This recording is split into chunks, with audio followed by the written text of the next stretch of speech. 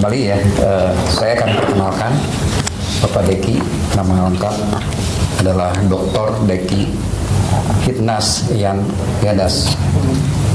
Saudara, Pak Deki ini adalah lulusan dari Sarjana Teologi Setia Jakarta, kemudian mengambil Master ya, Divinity MDiv STT Amanat Agung Jakarta. Beliau juga mengambil kembali program MTH yang diambil di STT I3 Bandung Batu Malang. Apa itu Pak? I3. I3-nya Institut Injil Indonesia sebenarnya. Ya, Institut Injil Indonesia. Kemudian beliau juga sempat yang menyelesaikan program doktor dengan gelar DPH di Institut Kristen Borneo. Dan saat ini beliau juga memperdalam kembali ya, menjadi masuk di dalam program doktoral di STT Reformed Injil Internasional Jakarta. Selain itu beliau saat ini menjabat sebagai Ketua STT RAI Batam dan menjadi dosen atau sebagai dosen Biblika dan Teologi Perjanjian Baru di STT RAI ini. Nah, di samping itu beliau ternyata punya channel nih YouTube ya, cukup banyak. Saya pikir ini 95,3 ribu subscriber ya. Channelnya adalah Verbum Veritatis. Mungkin saudara-saudara juga mungkin bisa melihat tadi ya, cukup banyak bahasan yang cukup menarik ya. Udah berapa banyak nih Pak? Oh, banyak sekali. Banyak sekali ya. Oke, silakan kita akan mulai seminar kita selama 1 jam. Pak Deki kurang lebih ya 1 jam akan memaparkan materi, dan setelah itu kita akan masuk beberapa sesi pertanyaan. Ya, baik, saya serahkan ke Pak Deki. Ini sudah hidup? Oh, oke. Salam. Halo. Ya, pertama saya ucapkan terima kasih untuk Mission Care Bandung, Ibu Herawati ya. Ibu Herawati bersama Bapak Pak Yunus dan kawan-kawan, Pak Yusak, yang berkenan mempersiapkan acara ini dan mengundang saya untuk menyampaikan materi ini. Terima kasih banyak. Saudara, saya sebenarnya punya hubungan dengan Mission Care, hubungan masa lalu ya. Karena waktu saya pelayanan di Kalimantan Barat 20 tahun yang lalu di pedalaman Kalimantan Barat di Kabupaten Sanggau, sebelumnya di Kabupaten Landak, itu jalan kaki 3 jam, naik motor air 1 jam, kemudian jalan kaki 3 jam. Dalam situasi yang sukar dan sulit itu, Mission Care itu membantu saya dari segi finansial, dan itu sangat menolong untuk pelayanan di pedalaman ya. Jadi waktu mendengar undangan ini, saya langsung iyakan, karena saya ingin ada di sini memberitahu saudara-saudara, khususnya Mission Care dan juga rekan-rekan yang tergabung di dalamnya. Saya ingin memberitahu saudara dengan tulus, selain terima kasih saya, tapi memberitahu saudara bahwa pelayanan saudara sangat memberkati pekerjaan pemberitaan Injil di Indonesia. Tepuk tangan untuk Tuhan Yesus. Dan saya mengatakan itu dengan hati yang sangat bersukacita, bersyukur kepada Tuhan. Karena pekerjaan Tuhan itu harus dikerjakan dan didukung oleh semua anak-anak Tuhan yang punya kemampuan, kompetensi, skill di bidangnya masing-masing. Kita tidak bisa one man show, tidak bisa satu orang, tidak bisa satu kelompok mengerjakan segala sesuatu. Jadi pekerjaan Tuhan pemberitaan Injil di Indonesia, saya kira kontribusi dari Mission Care itu sangat luar biasa penting. Tapi saudara-saudara, tema ini, pelayanan yang disenangi Tuhan, waktu saya dikasih tema ini terkesan gampang, tapi juga sangat sulit. Gampang, karena kalau saudara ingin dapat jawabannya, sebenarnya saya bisa kasih saudara satu kata saja sebagai jawabannya. Pelayanan yang disenangi Tuhan, hanya satu kata jawabannya, biblikal. Pelayanan yang alkitabiah. That's it. Kemudian kita pulang, oke, kita sudah dapat jawabannya. Tapi begitu kita kasih satu kata itu sebagai jawaban, mendadak banyak sekali pertanyaan mungkin. Oke, yang biblikal itu bagaimana? Karena ini Alkitab ini 66 kitab. Kejadian pasal 1 sampai dengan Wahyu pasal 22. Jadi yang biblikal itu yang bagaimana? Makanya saya kasih tahu saudara tadi, tema ini adalah tema yang gampang sekaligus sangat sukar, apalagi di deliver dalam 40 menit atau maksimal 1 jam. Jadi saudara, saya akan kasih saudara hari ini melalui tema ini pemahaman paling pentingnya, paling basicnya itu apa. Saya tidak akan kasih tahu saudara, kalau saudara lakukan ini, itu menyenangkan Tuhan. Kalau saudara terlibat dalam pelayanan ini, itu menyenangkan Tuhan. Kalau saudara menjabat jabatan ini, itu menyenangkan Tuhan. Tidak, itu terlalu remeh untuk membentuk paradigma seorang minister, seorang pelayan. Itu terlalu remeh. In fact, kalau kita berangkat dari cara pandang semacam itu, kita akan jatuh ke dalam apa yang disebut dengan, nanti saya akan bahas, spiritual performance ministry, dan itu idolatry, itu penyembahan berhala. Kita tidak boleh berangkat dari paradigma semacam itu. Saya akan kasih tahu saudara paradigma yang paling fundamental, yang memberi kerangka, memberi substansi, memberi inti, memotori, menggerakkan segala sesuatu yang kita lakukan dalam bidang apa saja yang kita ditempatkan Tuhan di situ untuk melayani. Hal inilah yang harus mendrive pelayanan kita, dan itu yang saya sebut sebagai gospel shaped ministry, pelayanan yang dibentuk oleh Injil, atau kita bisa pakai istilah lain, pelayanan yang berpusat pada Injil, atau kita bisa pakai istilah lain, pelayanan yang prioritasnya adalah Injil. Jadi inilah yang harus kita mengerti baik-baik. Paradigma inilah yang harus kita mengerti baik-baik untuk kita melayani, dan pelayanan itu menyenangkan Tuhan Yesus Kristus. Nah, tolong pindah slide-nya. Saudara, kalau saudara lihat di screen, kalau kita mau sekadar ingin sedikit filosofis tentang tema ini, pelayanan yang disenangi Tuhan, sebenarnya ada dua kata kunci di situ, ada Tuhan dan ada pelayanan. Ada Tuhan dan ada pelayanan. Kemudian ada kata disenangi atau pelayanan yang menyenangkan. Itu yang memberi dinamika, menghubungkan dua kata itu, Tuhan dan pelayanan. Nah, ada dua pertanyaan penting waktu kita mau bicara tentang pelayanan yang menyenangkan Tuhan. Pertanyaan pertamanya adalah, Tuhan senang tidak dilayani? Kita harus mulai dari situ. Semua orang yang mau terlibat di dalam pelayanan, minta maaf kalau saya terkesan menggurui ya, saya tidak bermaksud begitu, ada para hamba Tuhan, para dosen, para penatua, para gembala. Tapi ini kita bicara kebenaran. Semua orang yang mau terlibat di dalam pelayanan harus mulai dari pertanyaan ini, Tuhan senang tidak dilayani? Karena begini, kalau Tuhan tak senang dilayani, maka tidak ada pelayanan yang menyenangkan Tuhan, bukan? Kalau Tuhan tidak senang dilayani, maka sia-sia kita bicara tentang pelayanan yang menyenangkan Tuhan. Wong, dia tidak senang dilayani kan? Nah, jawaban singkatnya adalah yes, Tuhan senang dilayani. Dan saya bisa kasih saudara beberapa ayat firman Tuhan, 2 Tawarik 35 ayat 3 misalnya. Layanilah Tuhan, dan sekarang layanilah Tuhan. Itu perintah kepada suku Lewi. Layanilah Tuhan.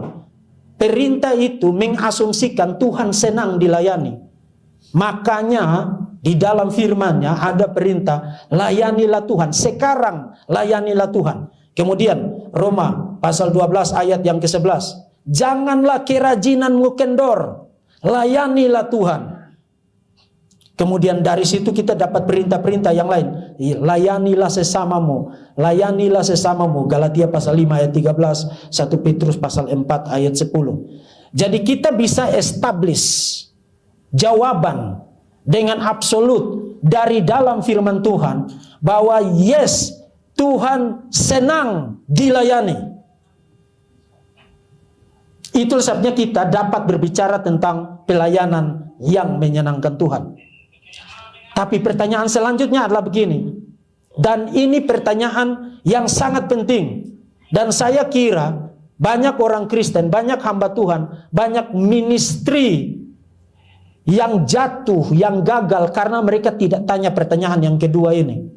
Kalau Tuhan senang dilayani, pertanyaan selanjutnya adalah, Tuhan butuh dilayani?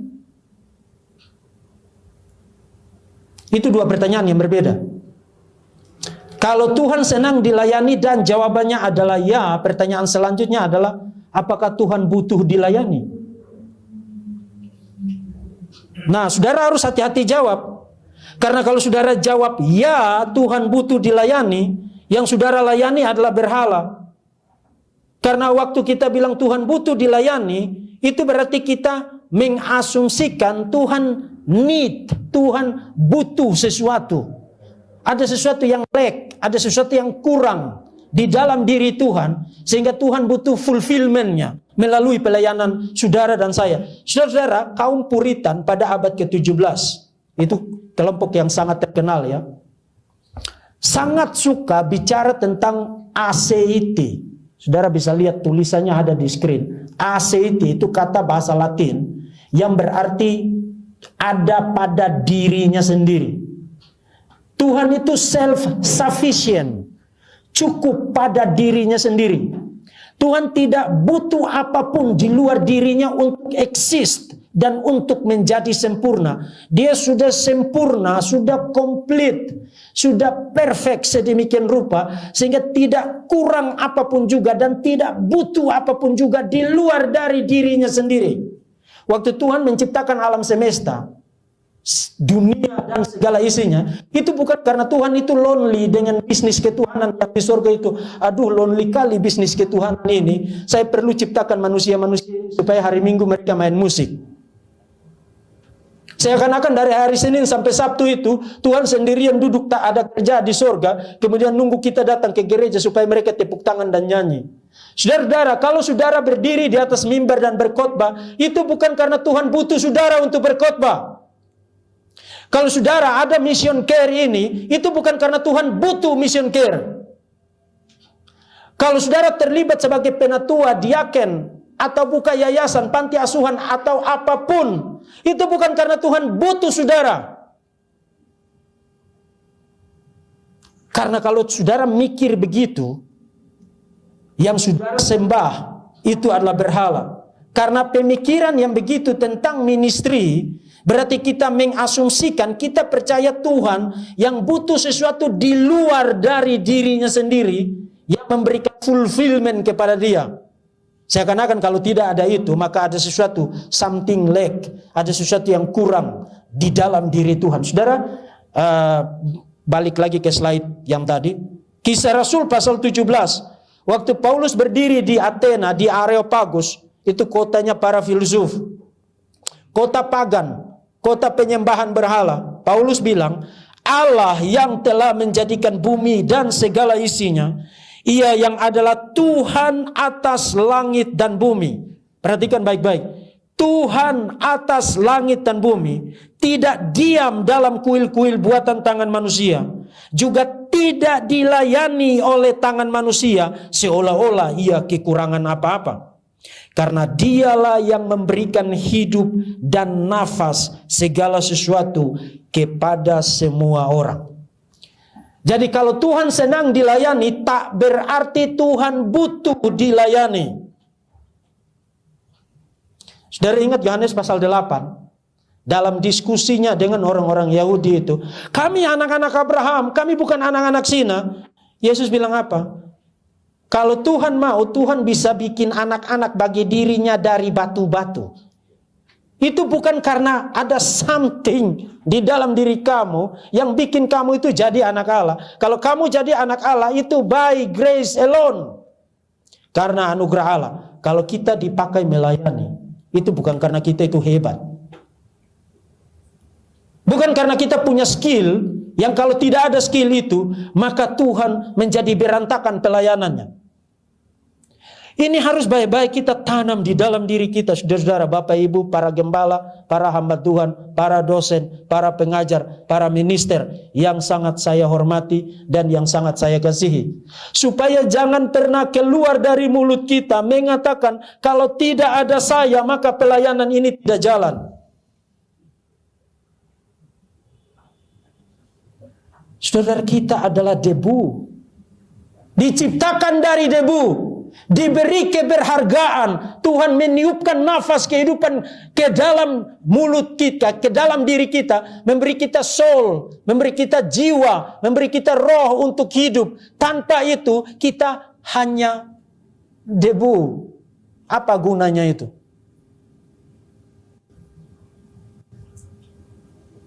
Ini harus baik-baik kita mengerti.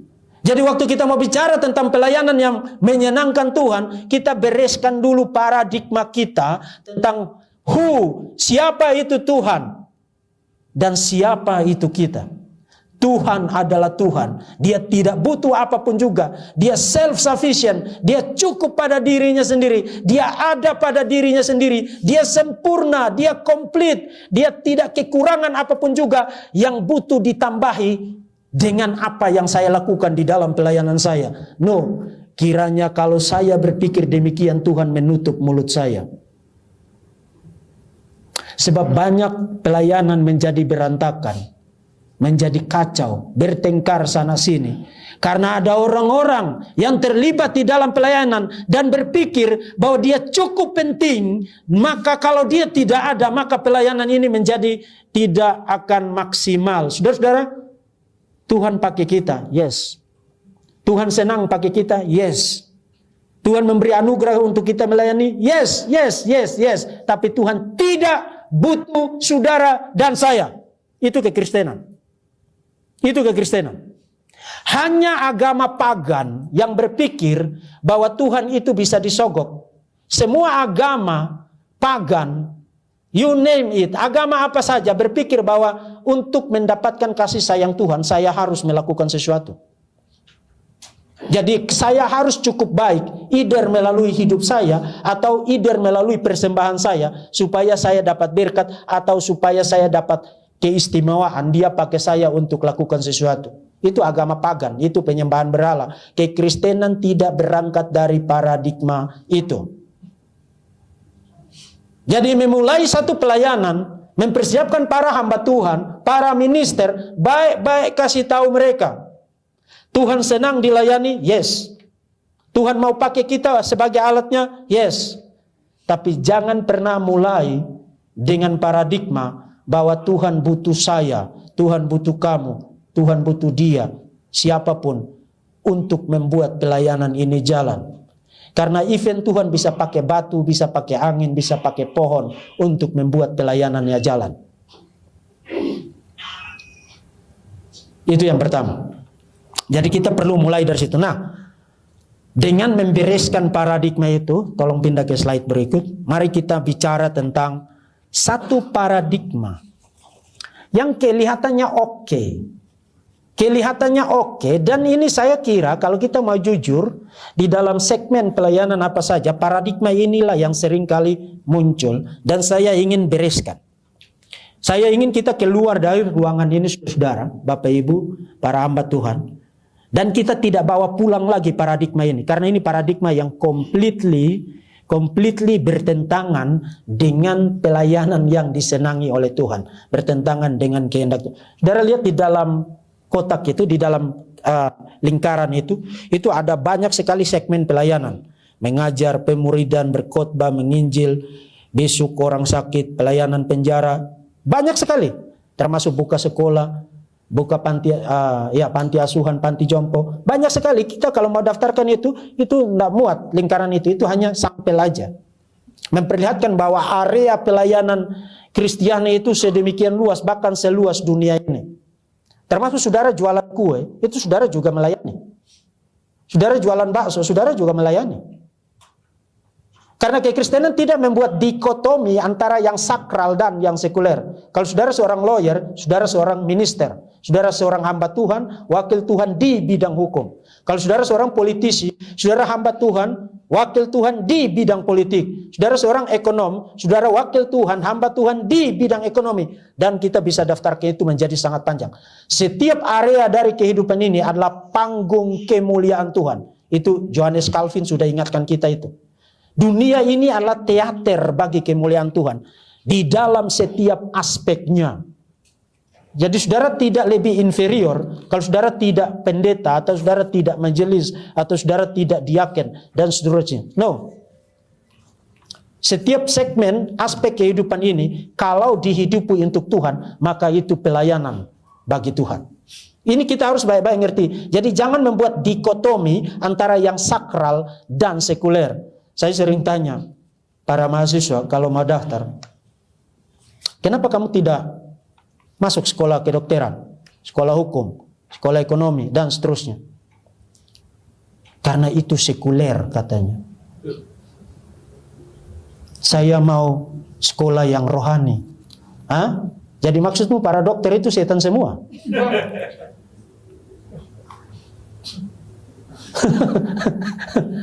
Karena apa? Karena kita kekristenan dan para, ini saya kira para hamba Tuhan yang mengajar dari mimbar ya, jangan membuat dikotomi antara yang sakral dan yang sekuler. Seakan-akan kalau saudara pendeta maka saudara adiknya Tuhan Yesus, yang lain itu anak tirinya.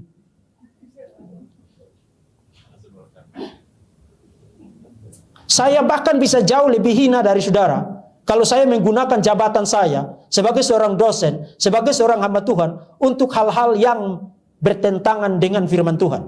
Saudara bisa jauh lebih disenangi Tuhan, mulia di mata Tuhan kalau saudara seorang lawyer dan takut akan Tuhan, tidak menggunakan hukum untuk menyusahkan orang lain. Jadi bukan jabatan itu yang bikin saudara itu berharga di mata Tuhan. Bukan. Nah, maksud saya dengan lingkaran itu adalah begini.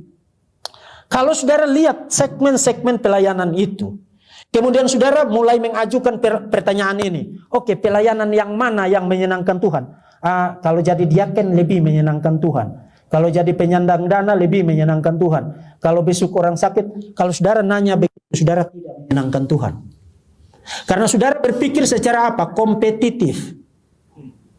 Akhirnya saudara anggap pelayanan saudara lebih penting dari pelayanan gereja, atau pelayanan gereja lebih penting dari buka rumah sakit, atau buka rumah sakit jauh lebih mulia daripada membangun bikin selokan itu supaya airnya lancar. Saudara bangun pagi-pagi, airnya mampet, saudara lancarin itu, saudara melayani Tuhan.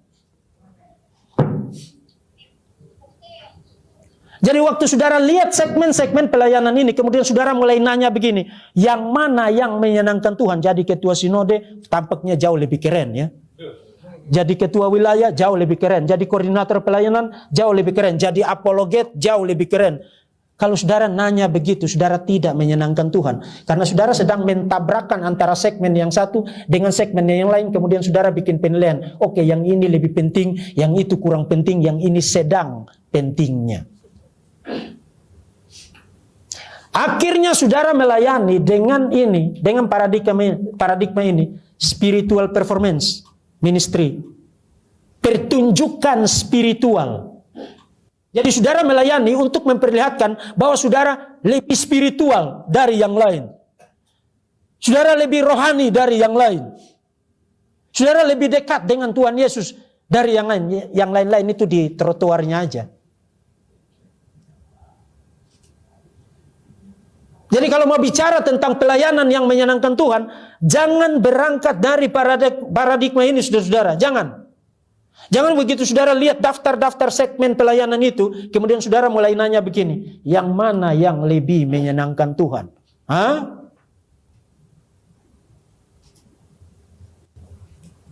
Saya kasih tahu saudara, di lampu merah, orang yang kelaparan, saudara kasih 10.000. Itu jauh lebih menyenangkan Tuhan daripada saudara khotbah tapi di otak saudara, kapan saya dapat amplop, dan amplopnya ini berapa ya?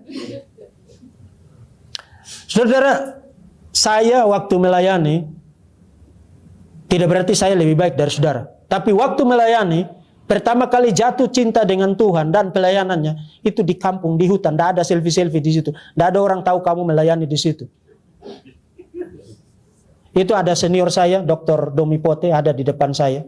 Dia tahu apa yang saya katakan itu benar. Kami diutus dengan gaji 50.000, benar Pak? Dan kalau sudah alumni 150.000. Dan kami setia melayani Tuhan. Tidak kabur dari pelayanan. For the sake of the gospel. Demi kepentingan Injil. Senior saya sudah lebih 20 tahun di Bandung. Melayani kaum hijau ya. Dan masih setia melayani sampai sekarang. Dulu kami pernah sama-sama di Bandung juga.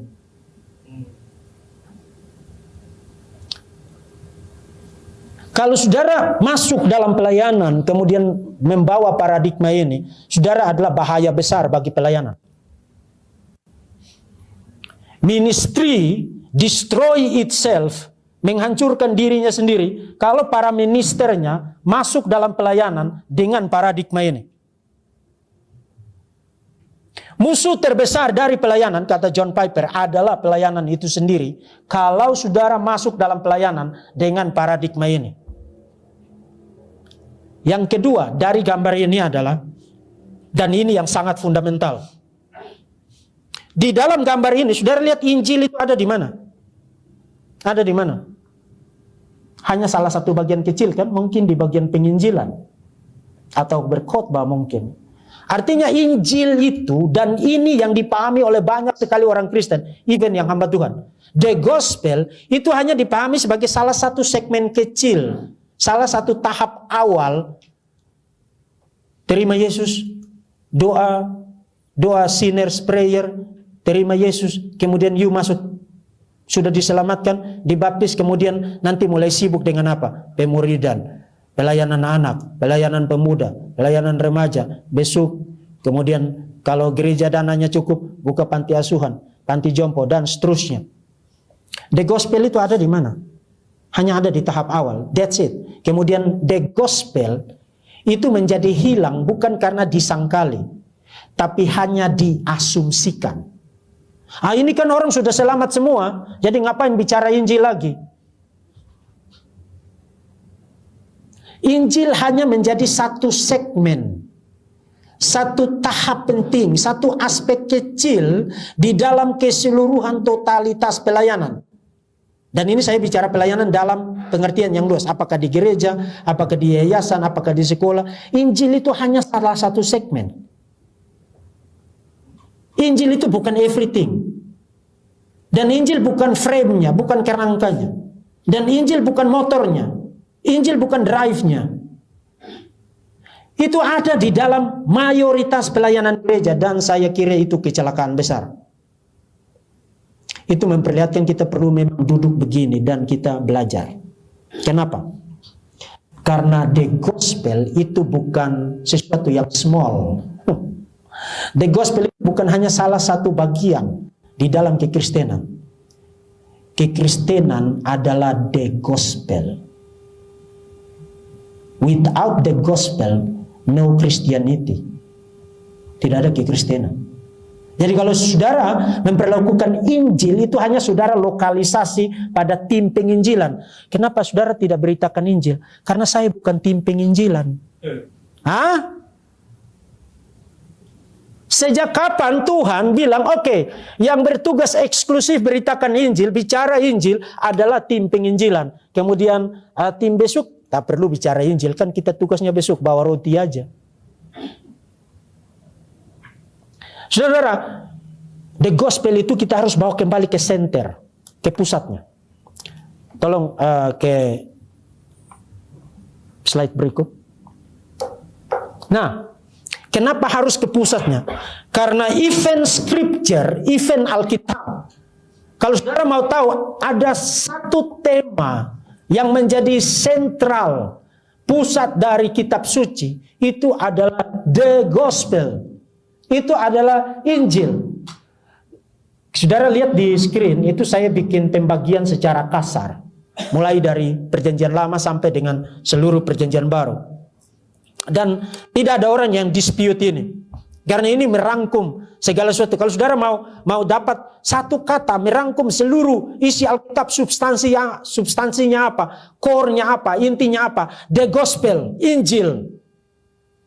Perjanjian lama adalah persiapan untuk Injil. Saudara, Lukas pasal 24, kalau saudara ingat waktu Yesus bangkit, kemudian ada 2 orang berjalan ke Emmaus, di dalam kegelapan malam yang mereka mulai galau ya, mulai gabut. Ini semua harapan kita selesai bersamaan dengan tarikan napas terakhir dari Sang Mesias di atas salib itu. No hope lagi, tidak ada harapan lagi. Waktu Yesus menampakkan diri kepada mereka,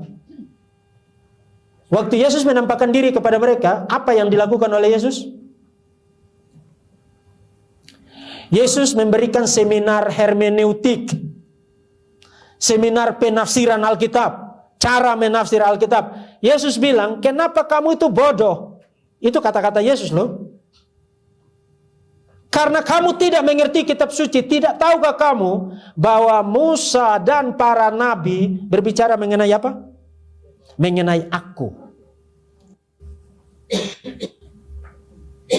Jadi seluruh perjanjian lama itu sebenarnya pointing to Jesus.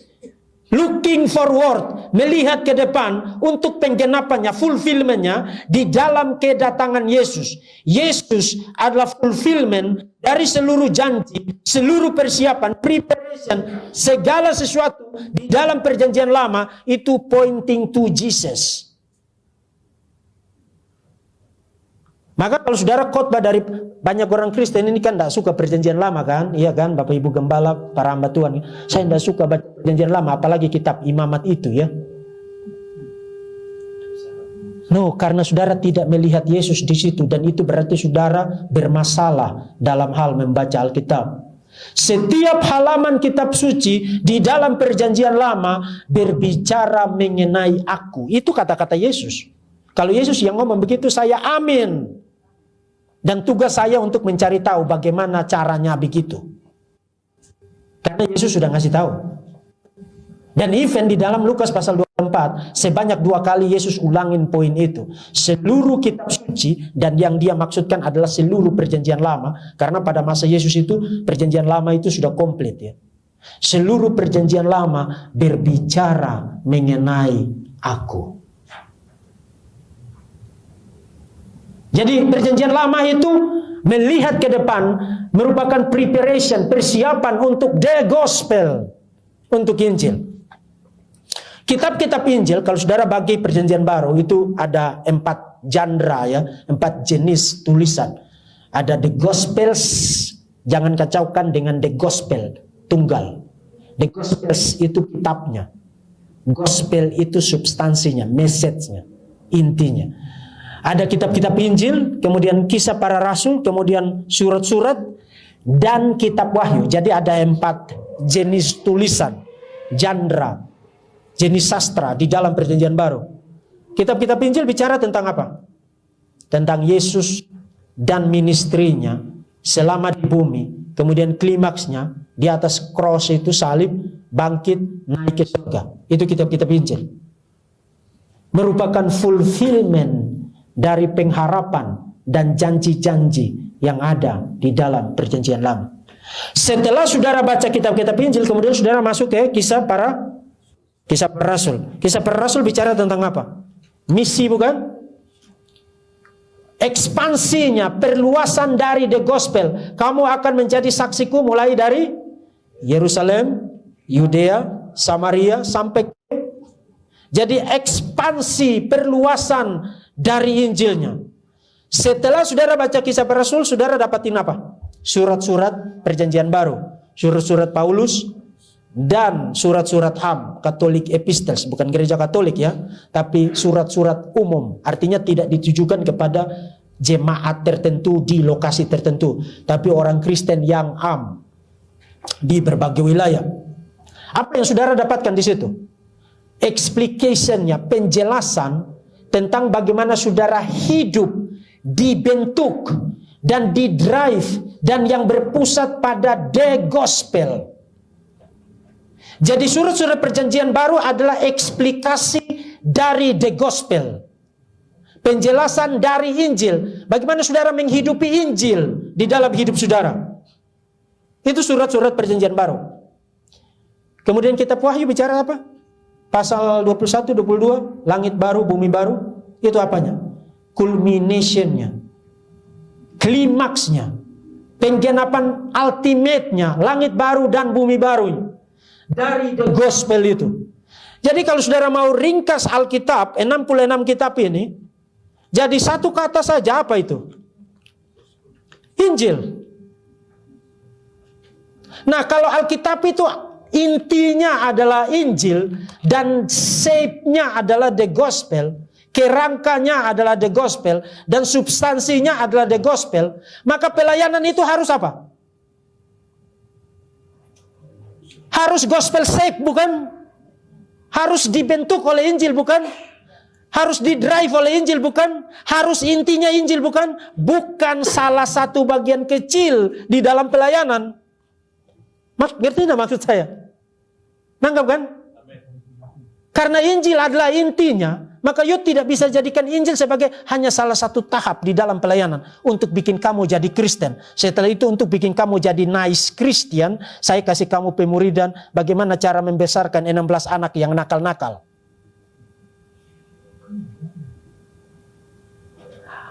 Kalau kita tidak ngerti ini, kita tidak bisa bicara tentang pelayanan yang menyenangkan Tuhan dong. Karena kita bergeser dari fokusnya, bergeser dari sentralnya. Sentralnya adalah the gospel. Maka pelayanan itu harus sentralnya the gospel. Sentralnya adalah Injil. Karena kitab suci bukan hanya kerangkanya adalah Injil, bukan hanya soulnya adalah Injil, rohnya adalah Injil, tapi intinya adalah Injil dan telosnya. Telos itu kata bahasa Yunani yang berarti tujuannya adalah the gospel. Itu kitab suci.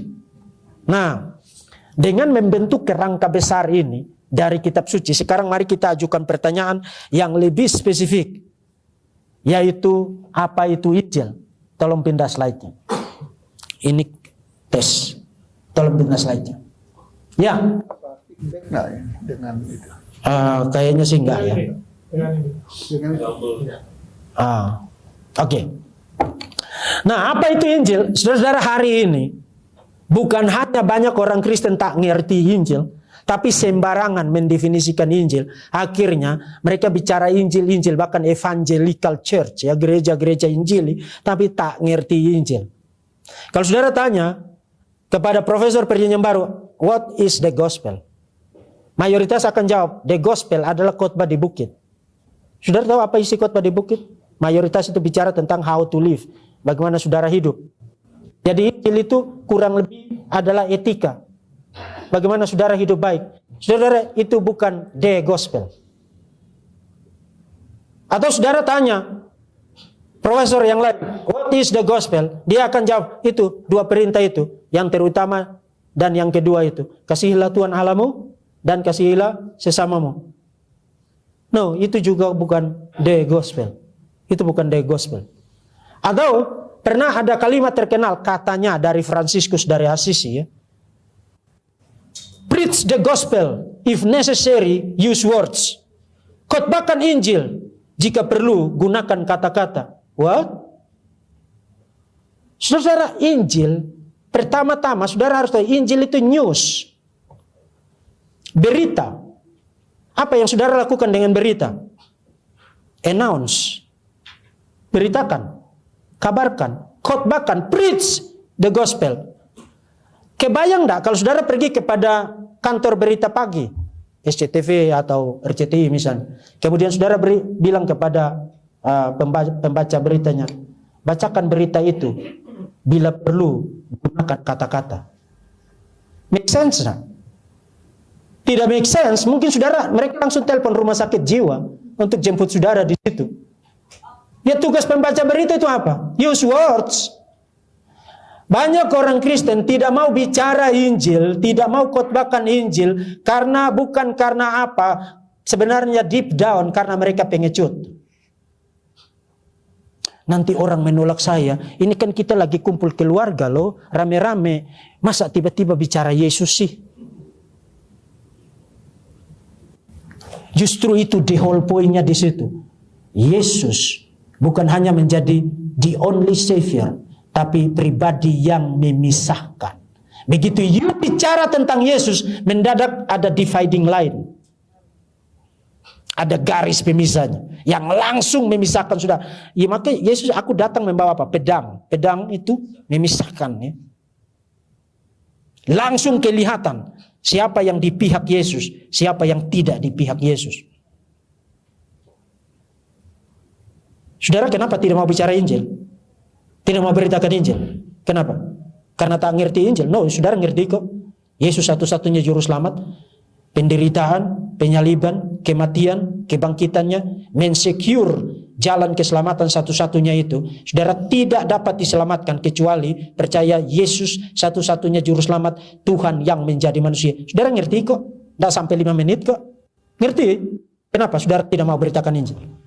Because karena saudara pengecut.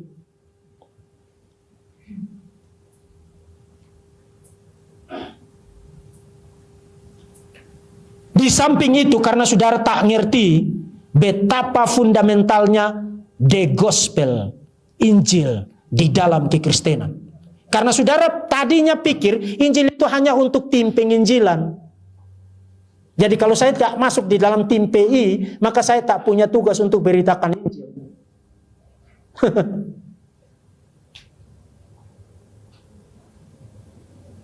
Nah, dengan mengajukan pertanyaan itu, what is the gospel? Injil, kabar baik yang benar. Ada banyak orang bilang kabar baik, the gospel ya, Injil sosial, kemudian Injil yang isinya mujizat semua. Saya tidak anti mujizat ya, tapi kalau you bicara itu melulu, saya minta maaf, that is not the gospel. Itu bukan Injil. Kabar baik yang benar, jadi kabar baik itu harus benar loh. Karena ada banyak orang yang bilang kabar baik, tapi hanya untuk menyenangkan telinga saudara kan? Ngomong yang enak-enak, ngomong yang manis-manis, supaya saudara berbunga kangkung, kemudian saudara tidak pakai lagi logika saudara, kemudian angkat dompet saudara tinggi-tinggi, kemudian hanya untuk memuaskan nafsu, cinta uang dari orang-orang. Banyak orang begitu, jadi kita harus bicara secara terbuka, even para hamba Tuhan.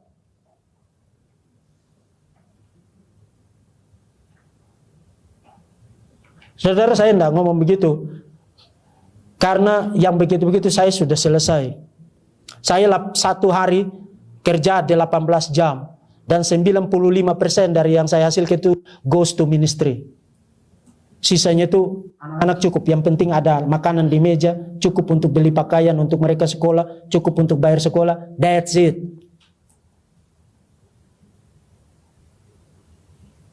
That's it. Injil harus kabar baik yang benar. Jadi kalau saudara salah, maka itu bukan Injil. Kabar baik yang benar itu kan dasarnya harus biblikal kan, Alkitab. Kabar baik yang benar tentang karya Allah bagi keselamatan kita di dalam Tuhan Yesus, terutama penderitaan, penyaliban, kematian, kebangkitan, kenaikan. Artinya kalau saudara beritakan Injil, klimaks, momen-momen klimaks dari kehidupan Yesus itu yang harus saudara kasih tahu ke orang. Karena pada momen itulah keselamatan saudara itu mendapatkan secure-nya, mendapatkan keamanannya, mendapatkan foundation-nya.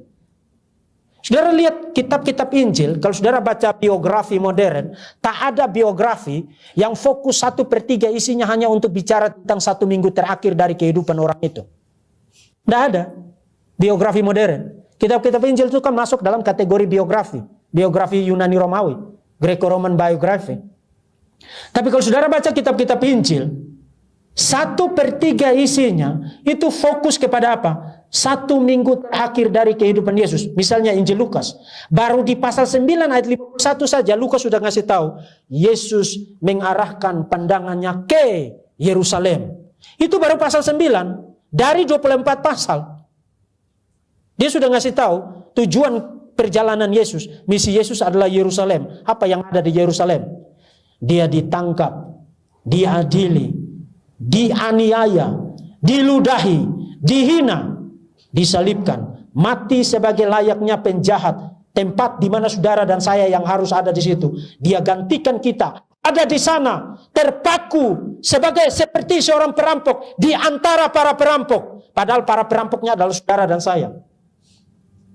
Mati di dalam segala kehinaan yang paling hina. Dan dibangkitkan pada hari yang ketiga.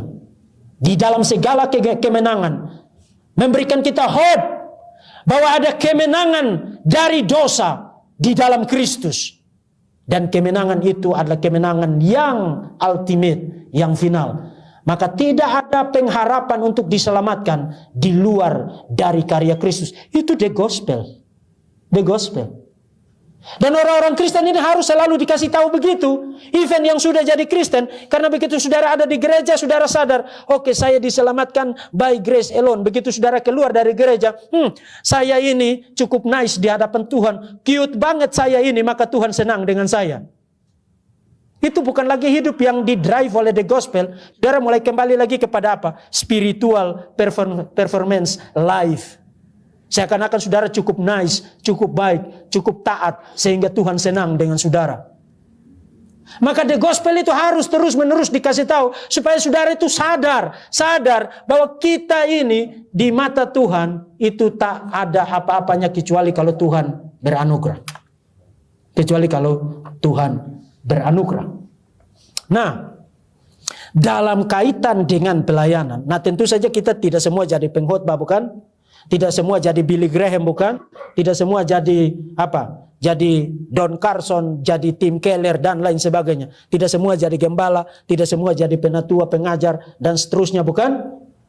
Maka kita harus ngerti apa yang dimaksud dengan gospel saved ministry. Tadi saya sudah kasih tahu, ministry itu bukan hanya di gereja. Bukan hanya di pelayanan Kristiani.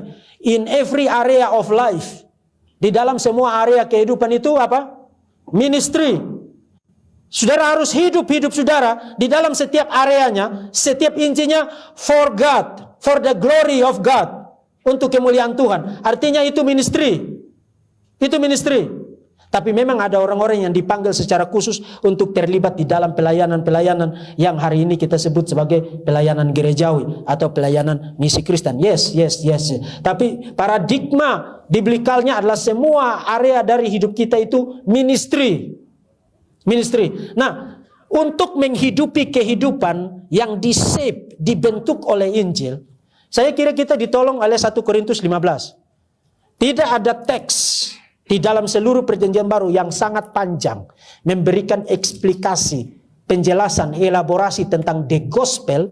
Dan teks itu juga yang nanti kita akan lihat sangat-sangat penting, bukan hanya memberi bingkai, memberi kerangka, frame, tapi memberi isi kepada hidup kita, kepada pelayanan kita di dalam bidang apa saja. Di dalam bidang apa saja.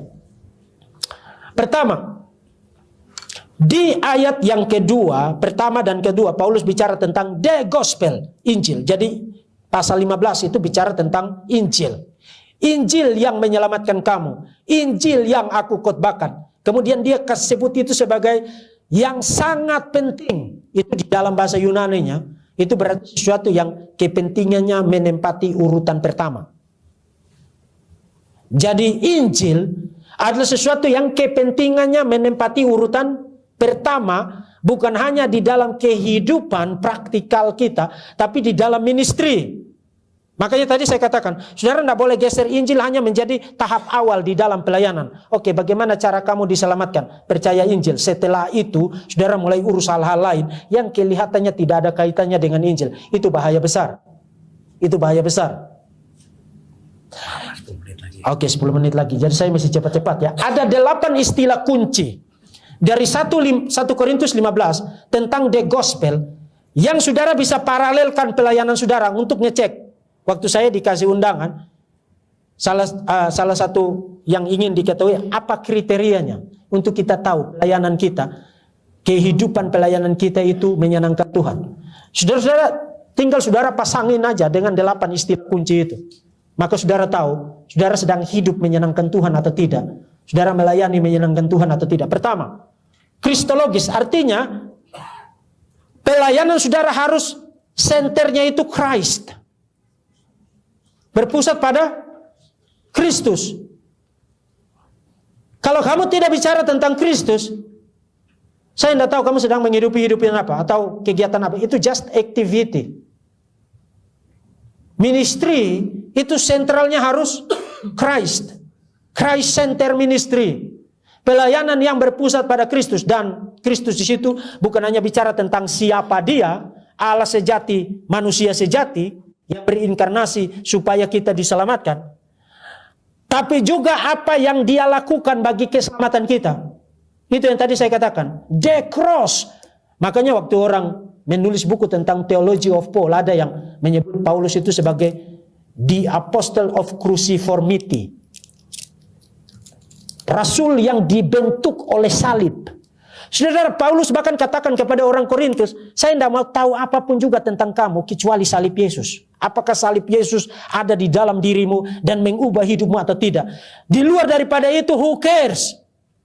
Saya tidak mau tahu tentang bisnismu ada berapa banyak, propertimu berapa banyak, apartemenmu berapa banyak, hotelmu berapa banyak. Saya tidak care dengan itu. Saya mau care adalah apakah the gospel, Injil ada di hatimu atau tidak. Di hidupmu dibentuk oleh the cross atau tidak. Cruciformity atau tidak. Itu yang paling penting. Kalau itu tidak ada di dalam hidupmu, I'm sorry, kamu pasti masuk neraka. Jadi pelayanan itu harus Christ center. Harus berpusat pada Kristus. Kedua, biblikal. Pelayanan itu harus biblikal. Makanya kalau orang mau melayani harus belajar dulu. Karena untuk melayani itu, banyak orang bilang begini, yang penting hati. Yang penting saya punya motivasi baik. Tak untuk cari puji-pujian manusia. Tapi dapat tepuk tangan oke juga. Harus biblikal. Ngerti firman Tuhan. Supaya jangan salah mengajar.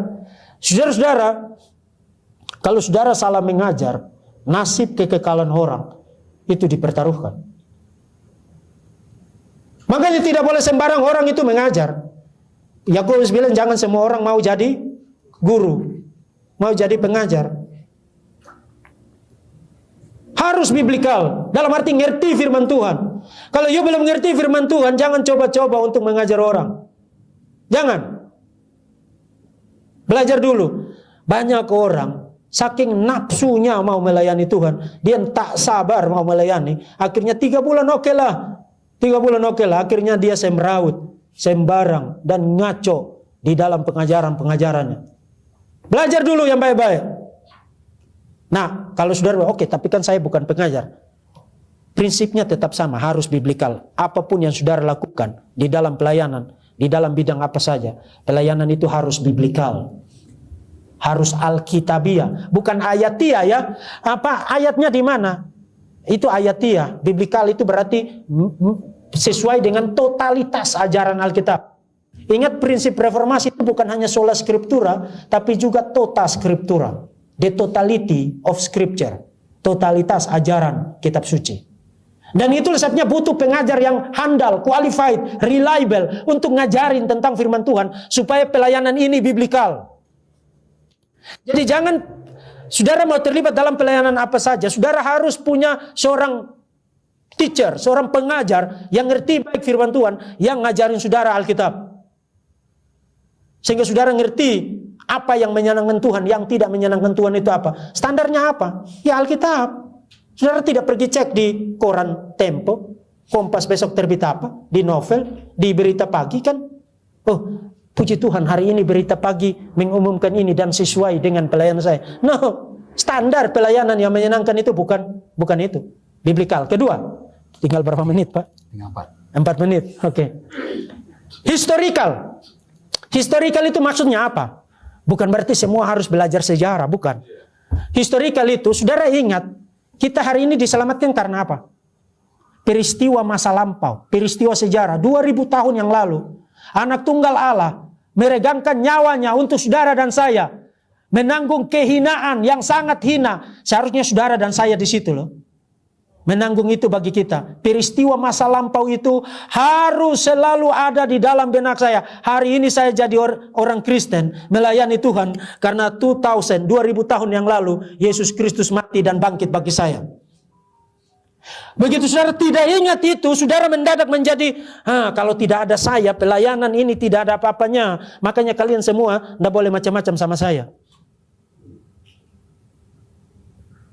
Haro, orang-orang Kristen, para hamba Tuhan, ingat peristiwa sejarah itu.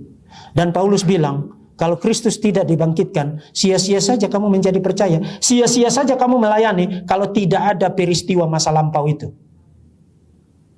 Jadi harus berpusat pada apa yang sudah terjadi di dalam sejarah 2000 tahun historical. Nanti kalau saya tak sempat, yang lain bisa bawa di dalam pertanyaan ya. Nanti kalau selesai bisa hentikan saya. Saya kalau ngomong bisa lama Pak. Oke.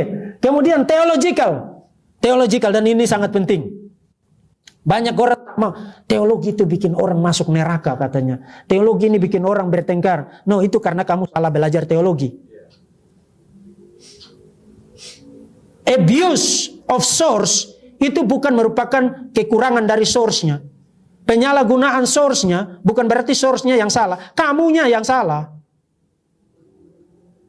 Kalau kamu gunakan manual drive untuk cara masak kue ya salah lah.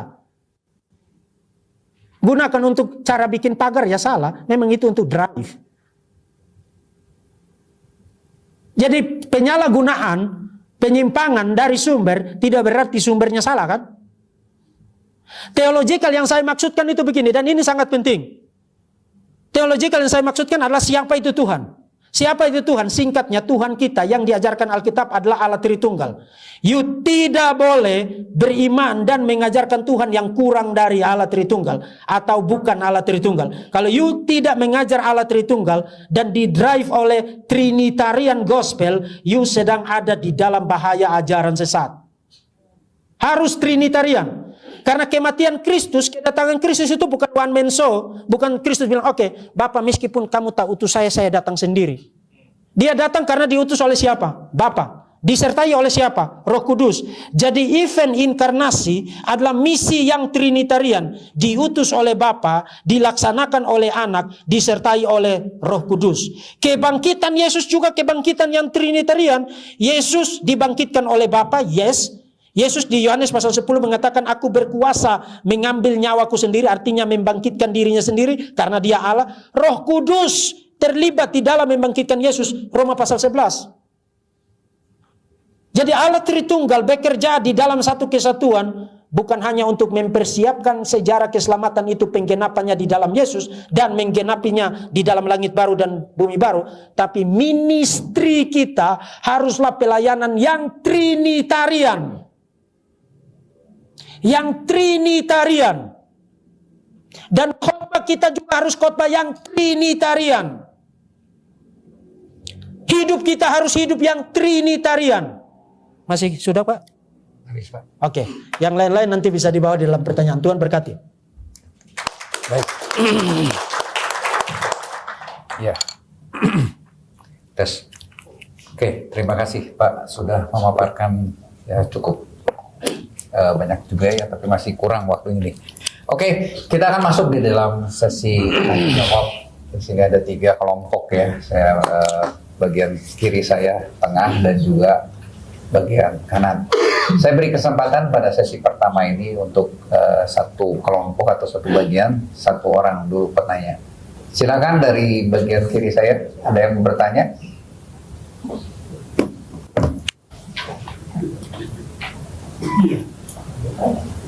Jadi Pak, Tolong Pak, namanya. ya nama pendeta Bakti di sini Tuhan. Ada 4 poin lagi tadi yang belum Pak. Di sesi tanya jawab ini, alangkah yang 4 poin itu karena ini sangat bermanfaat bagi kami Pak. Dari poin-poin yang dari awal tadi bisa kita tangkap. Jadi ada 4 poin lagi yang belum. Ya. Jadi mohon izin kalau boleh lanjut itu. Terima kasih. Karena pertanyaan bos. Bagaimana Pak Ketua? Mangga. Kan cocok kan bertanya dengan lanjut kan sama. Ya, Jadi bertanya yang belum dilanjutkan. oke. Otoriti untuk menjawab pertanyaan itu bukan di saya, tapi di pemilik acara. Silakan Pak, kalau gitu kita lanjut. Lanjut ya, oke. Berapa menit saya dikasih Pak? Soalnya ini bisa panjang. Cukup 10 menit Pak. Oke, 10 menit ya. Ya, theological tadi sudah. Apostolik. Apostolik, saudara-saudara, kekristenan itu dimulai dan berkembang pertama kali itu oleh para rasul. Diberitakan oleh para rasul, dijaga oleh para rasul, dan dilindungi oleh para rasul. Dan itu sebenarnya kalau saudara baca Efesus pasal 2, dasar dari gereja, foundationnya adalah para rasul dan para nabi. Artinya ajaran kita, pengakuan iman kita, core values kita, nilai-nilai inti kita harus sesuai dengan iman yang rasuli. Nah, kita sudah punya ringkasannya di dalam sejarah. Tuhan, bapak-bapak gereja sudah meninggalkan, mewariskan bagi kita ringkasannya. Misalnya pengakuan iman rasuli. Yang di gereja-gereja mainstream itu kan setiap hari Minggu dideklarasikan ya. Kemudian pengakuan iman Nisea Konstantinopel tentang Yesus itu siapa, tentang pergumulan-pergumulan di dalam sejarah. Kita harus ngerti itu. Karena sekarang banyak orang yang nakal tak mau tunduk kepada otoritas Alkitab, mau bikin tafsiran sendiri, kemudian muncul dengan ajaran nyeleneh dan ngotot luar biasa. Ngotot luar biasa. Jadi iman kita haruslah iman yang apostolik, yang rasuli, sesuai enggak dengan yang diberitakan oleh para rasul. Itu yang kelima ya. Yang keenam, personal dan komunal. Nah, saudara, sangat mudah kita melayani dalam komunitas rame-rame. Itu sangat mudah ya. Kemudian kita mengabaikan personal needs dari orang-orang yang ada di dalam. Kita duduk kumpul rame-rame begini kan kita bisa, tak mungkin tiba-tiba saya nangis meraung-raung kan. Nah mungkin kan. Semua orang minimal harus normal, senyum, ketawa, dan tapi mungkin deep down ada something, pergumulan apapun. Dan dia kasih lihat itu di raut wajahnya. Tapi dia bergumul itu dengan Tuhan. Pelayanan itu harus menyentuh itu. Baik aspek komunalnya, tapi juga personalnya. Ada saat-saat di mana kita perlu bikin acara semacam ini. Tapi ada saat-saat di mana kita perlu datangi orang per orang, tepuk bahunya, Pak, bagaimana hidup Bapak? Apa yang sedang digumuli? Ada tak yang bisa saya bantu? Ada tak yang bisa saya doakan? Karena kalau kita lose di situ, kita akan kehilangan komunitasnya. Karena apa? Di dalam komunitas itu, kita berupaya untuk tanda kutip normal, bukan? Tapi di dalam pelayanan-pelayanan yang personal, itulah kita bisa melihat hidup orang, pergumulannya, dan kita menjadi rekan bagi dia, saudara bagi dia, untuk bisa menghadapi itu dan melewati itu. Minimal kita bisa mendoakan dia. Dan itu bukan tindakan minimal, itu merupakan tindakan maksimal. Doa itu bukan tindakan kecil, doa itu everything. Mendoakan dia. Karena dengan mendoakan dia, kita menaruh dia di tangan Tuhan yang maha kuat. Dan kalau kita menaruh dia di tangan dan pemeliharaan Tuhan yang maha kuat, maka apa yang tidak bisa dilakukan oleh Tuhan? Apa yang tidak bisa dilakukan oleh Tuhan? Jadi pelayanan itu, pelayanan yang mencakup aspek komunal maupun personal. Karena itu the gospel. The gospel itu bicara tentang personal salvation, bukan? Tapi setelah saudara diselamatkan, kan dia tidak kunci saudara di dalam kamar. Saudara harus join dengan komunitas orang-orang percaya. Makanya dia bilang, tak baik kamu meninggalkan persekutuan. Di dalam persekutuan kamu bertumbuh bersama, bernyanyi, bermazmur, mendengar firman Tuhan, bertumbuh bersama menjadi murid dan anak-anak Tuhan Yesus. Tapi itu dimulai dari apa? Personal decision, bukan? Jadi ada aspek komunalnya, tapi juga ada aspek personalnya. Para hamba Tuhan, para gembala, para pendeta, khotbah di jemaat hari Minggu, yes, bagus. Tapi kemudian datangi jemaat, kunjungi, tanya mereka, bagaimana hidupmu, anak-anak, dan lain sebagainya.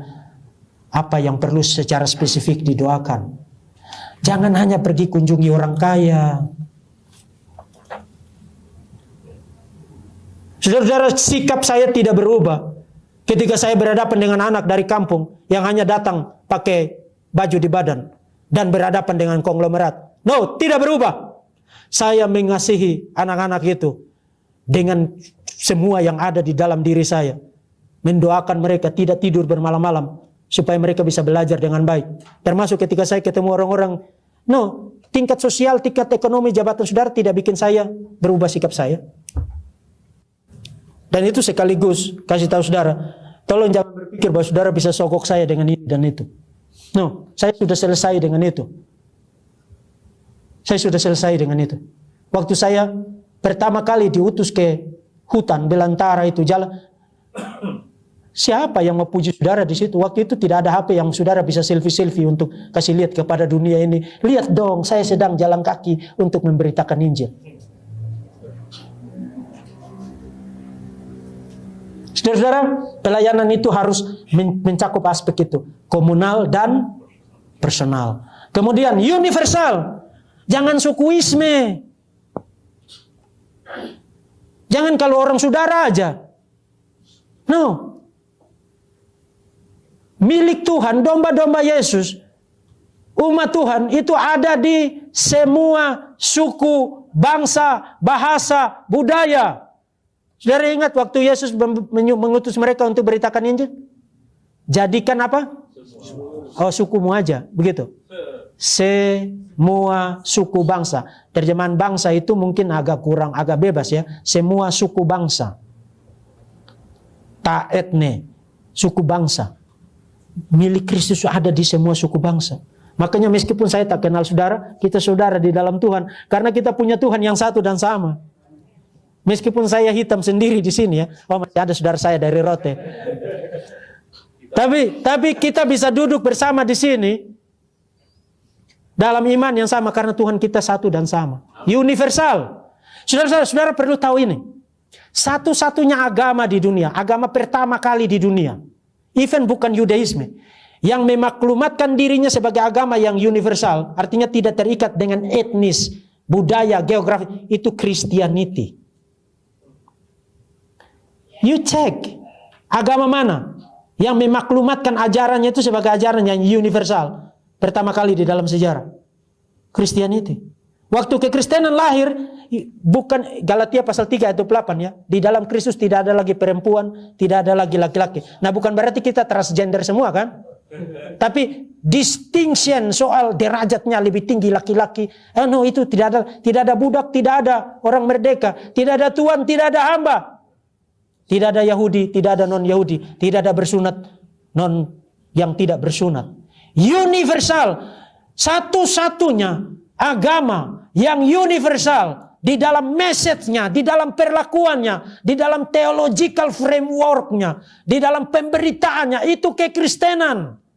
Nah memang ada agama sekarang yang ngaku-ngaku untuk semua, tapi saudara harus tahu bahasa tertentu dan pergi ke daerah tertentu supaya saudara jadi rohani. Kekristenan tidak mengharuskan saudara pergi ke Yerusalem kok. Don't worry tentang Yerusalem itu. Yerusalem tidak bikin kamu jadi rohani. Tidak usah, saya mau dibaptis di Yerusalem, di Sungai Yordan. Seakan-akan kalau saudara dibaptis di situ, saudara langsung gantikan Tuhan di atas tahtanya.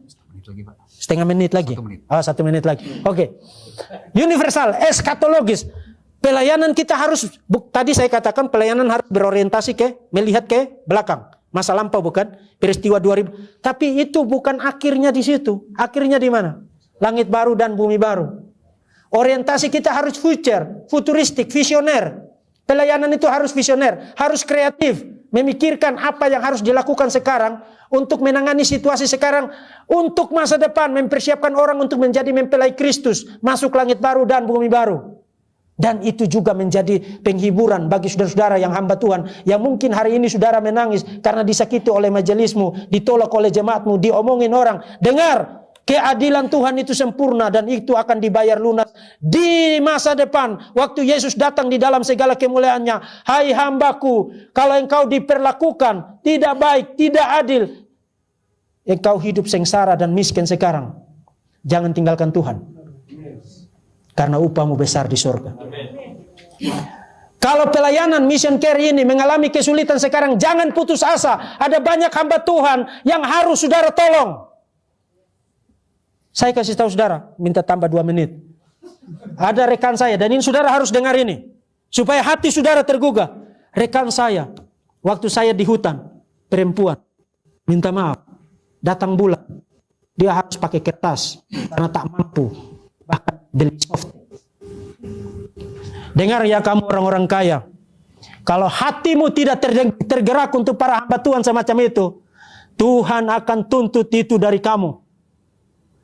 Kamu tidak perlu kasih dia banyak, 150 ribu, 200 ribu, itu cukup, enough buat dia hidup. Bayangkan seorang hamba Tuhan Yesus Kristus, apa yang akan Tuhan lakukan bagi saudara nanti. Ketika Matius 25 Yesus bilang, waktu aku telanjang, kamu memberi aku pakaian. Ketika aku lapar, kamu memberi aku makan. Ketika aku di dalam, itu tidak bicara tentang pelayanan sosial secara umum. Itu bicara tentang saudara-saudaraku, my brothers. Saudara-saudaraku, orang-orang percaya, apalagi para hambanya yang berdiri di atas mimbar, mengibarkan panji-panji Tuhan Yesus Kristus, dan bahkan beli softtek tidak mampu, dan kamu ketawa-ketawa sebagai hamba Tuhan, sebagai orang Kristen. Mission care, hati Tuhan ada pada kamu, jalankan misi itu.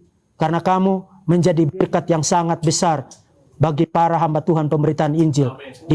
Saya rasakan itu, makanya saya ngomong sekarang. Saya tidak puji kamu supaya kamu senang dengan saya loh.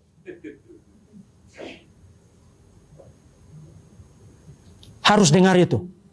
Mulai sekarang, ingat mereka yang ada di pedalaman, yang ada di hutan, yang ada di belantara, di ujung bumi, di Papua sana, di Kalimantan Barat, di pelosok. Ingat mereka, doakan mereka. Dan kalau saudara ada berkat, kasih mereka. Mereka butuh itu. Tuhan memberkati saudara-saudara. Ya. Kita kembali ya ke sesi pertanyaan. Ini mungkin pertanyaan yang oh tadi minta dilanjut. Ya oke. Saya berikan kesempatan untuk yang sebelumnya saya lupa, untuk yang ikuti Zoom itu bisa menulis di kolom chat. Ya nanti saya minta Bu Elsa ya untuk nanti membacakan apa yang ada di kolom chat yang di Zoom. Oke. Kelompok tengah. Iya, silakan Pak. Tolong. Nama Pak. Nama saya Pak Yondri. Saya mau bertanya. Saya mau bertanya Pak, di mana ada jemaat, bukan jemaat, majelis gereja atau sudah disebut hamba Tuhan, apakah atau masih awam tetapi mereka melayani Tuhan atau melayani dirinya kita masing-masing, apakah harus untuk menyenangkan hati, pelayanan menyenangkan hati Tuhan, apakah harus menguasai 10 kriteria ini? Terima kasih. 8 ya? 8. Bentar satu lagi Pak. Oke, satu lagi. Oke, kelompok satunya kanan, bagian kanan ada? Ya, Pak Yapus, silakan.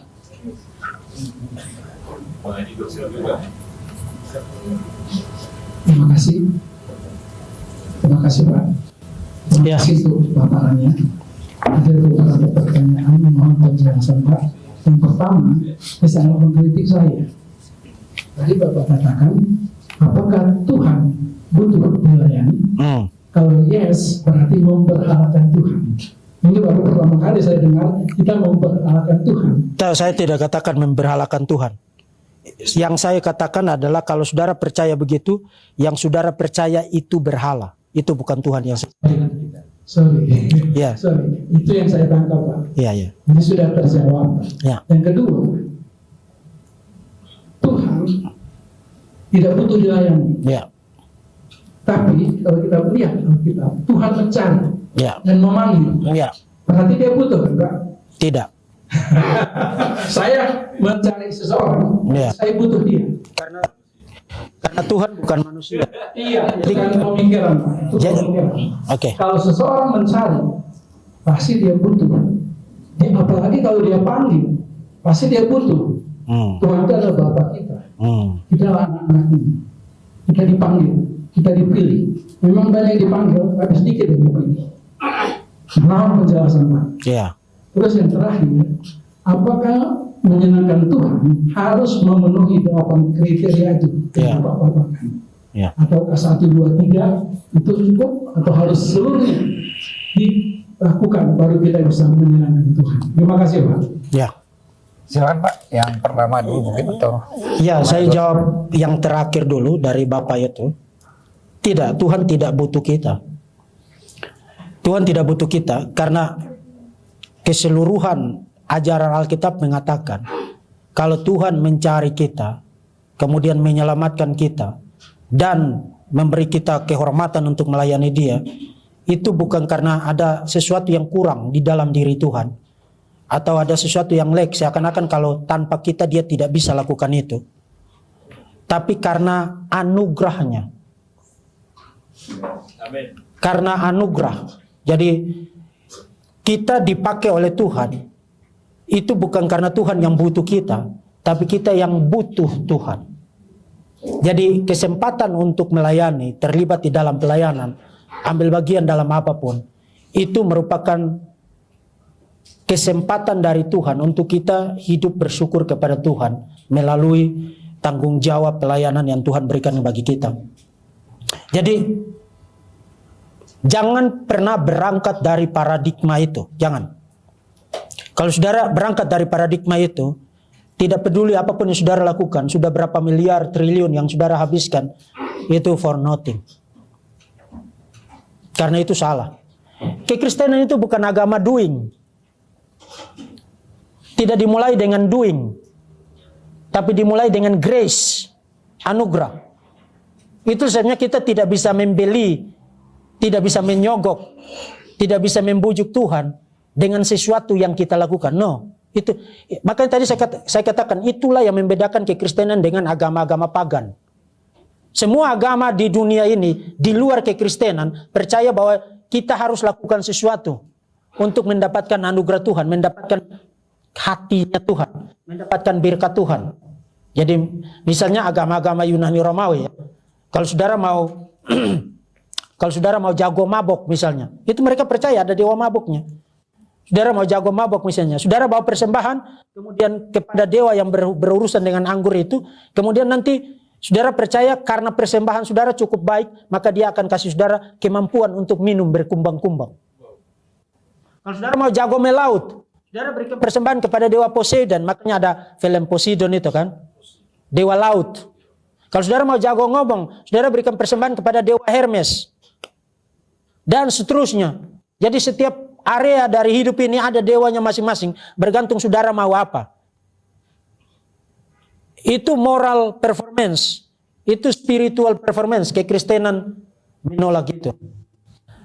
Kekristenan dimulai dari anugerah. Sebenarnya saya ada satu poin terakhir, gospel narrative life, yang nanti saya akan, nanti sebelum selesai, kasih saya 1 menit, 2 menit untuk saya. Karena itu sangat penting sekali, tentang gospel narrative life itu. Jadi saya harap itu tadi saya sudah jawab itu. Jadi jangan mulai dengan paradigma bahwa Tuhan butuh saudara. Pencipta alam semesta, pemilik segala sesuatu, yang bahkan hanya dengan berfirman segala sesuatu ada dan dia butuh saudara. Itu even make sense buat saudara untuk pikir begitu? Coba pikir baik-baik. Coba pikir baik-baik. Hanya dengan berfirman segala sesuatu jadi. Dan Tuhan seperti itu butuh saudara.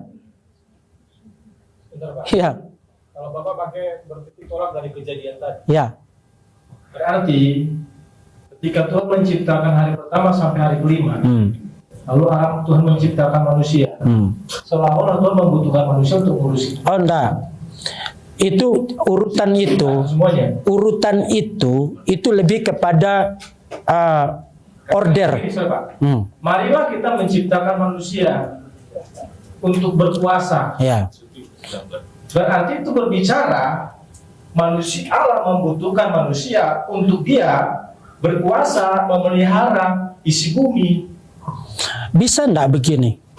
Dari segi, katakanlah saya, bisa atau Bapak